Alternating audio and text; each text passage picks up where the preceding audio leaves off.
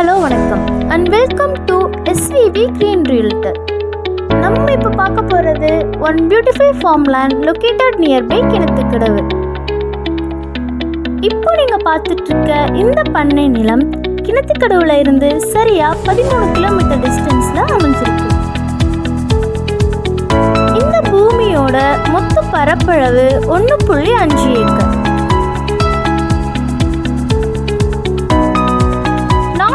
Face பண்ண மாதிரி இந்த நிலமானது அமைக்கப்பட்டிருக்கு.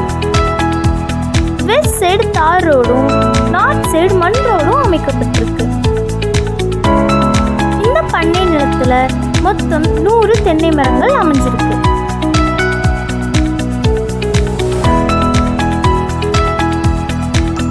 இந்த பூமி முழுக்க முழுக்க செம்மண் சாயல் பூமிங்க.